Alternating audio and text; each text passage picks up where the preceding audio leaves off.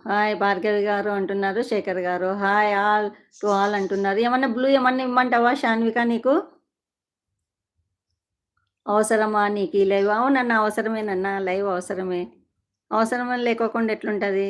అవసరమైతేనే మనం ఏం పని జేసినా గూడా అవసరమే. ఇప్పుడు నువ్వు గూడా కామెంట్ జేసినావు జూడు అవసరమా నీకి.